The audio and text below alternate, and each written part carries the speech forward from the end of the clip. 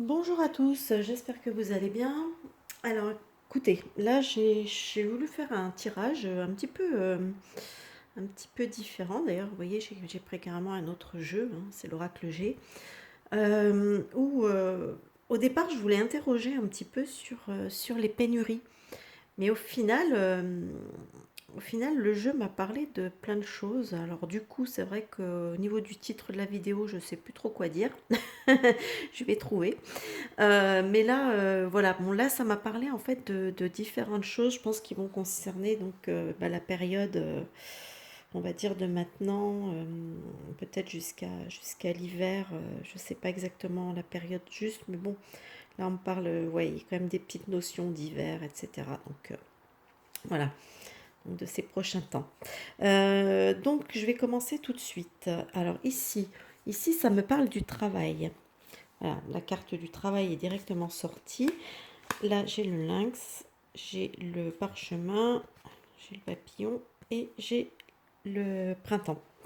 Alors, ici, donc le travail, le lynx, tout ça, ça me parle. J'ai l'impression qu'on a des contrats qui vont évoluer. euh, comment dire? C'est pas vraiment des contrats qui vont évoluer, mais c'est qu'au niveau du travail, j'ai l'impression qu'on va avoir de plus en plus de personnes qui vont se mettre à leur propre compte. Voilà, c'est ça que ça veut me dire. C'est peut-être une façon de contourner le système à cause du pass et compagnie. C'est vrai qu'on a quand même plus de facilité à travailler lorsqu'on est travailleur indépendant que lorsqu'on est salarié. Donc surtout lorsque dans des entreprises on impose, alors que c'est illégal, mais bon, qu'on essaye d'imposer le pass et la vaccination. Voilà. De ce côté-ci, alors là, j'étais un petit peu surprise au début, parce que bon, je sors un homme, j'ai l'étoile, la femme, la croix, l'enfant, le serpent et la cigogne. Alors là, je me suis un petit peu posé des questions et plus j'ai avancé au niveau des tirages, enfin, des cartes, et plus j'ai compris de quoi il s'agissait. Je pense qu'il s'agit simplement des chiffres, enfin le nombre de personnes qui en fait ont souffert des, euh, des infusions, à mon avis, parce que là, on me parle de mensonges. Et ici, le 18, donc la cigogne, nous parle elle peut nous parler de naissance, de grossesse, alors oui, effectivement, bon, mais elle peut nous parler d'une vérité qui accouche, de l'accouchement d'une vérité. Donc là, c'est les mensonges aussi, donc l'accouchement de la vérité, les mensonges. Donc je pense qu'on va peut-être avoir un peu plus de, puisqu'en ce moment, il faut reconnaître que notre gouvernement fait vraiment tout pour bien masquer les chiffres des effets indésirables et des décès chez les gens qui ont été infusés, hein. Et là, c'est vrai que du fait que ça me parle des hommes, des femmes, des enfants, on retrouve un petit peu toutes les... enfin voilà quoi, comment dire, la population. Donc voilà, donc il est bien possible qu'il y ait quelque chose qui émerge à ce niveau-là. Au-dessus, alors au-dessus, nous avons les personnes âgées, nous avons la pyramide, le rat à l'envers, l'automne, les papiers, la pensée et l'hôpital. Alors, moi, ça m'a fait penser donc qu'effectivement, il va y avoir une évolution, une élévation, hein, des maladies chez les personnes âgées, donc cet automne, enfin, dès l'automne, quoi. Donc on va me dire, ok, il n'y a rien de très original à ça. Et ça, je vous l'accorde, il n'y a rien d'original. En l'occurrence, je me suis pas mal interrogée par rapport à cette histoire de papier, de pensée et d'hôpital. Et effectivement, je pense que c'est qu'on va se servir encore de ça, donc des personnes âgées qui vont qui vont comme tous les ans être un peu plus malades en automne qu'en été. J'ai l'impression que c'est encore un prétexte qui va servir justement à faire croire, à nous parler de saturation encore des hôpitaux, etc. Donc voilà, essayer de semer encore pour justifier qu'il faut absolument plus continuer à se faire picouser. Moi j'ai l'impression que ça nous parle de ça. Ici, ici, là, je sens, par contre, là, c'est quand même un peu moins joyeux. Enfin, c'est pas joyeux, attention, j'ai pas dit ça. Mais là, là, ça me parle.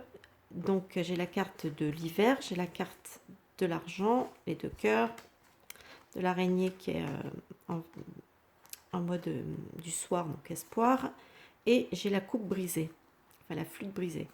Donc ici, moi, ça me parle du gel de l'argent, du gel des finances. Les deux cœurs, moi, ça me parle des couples, hein, des familles. Hein. Donc voilà, des foyers, hein, des familles.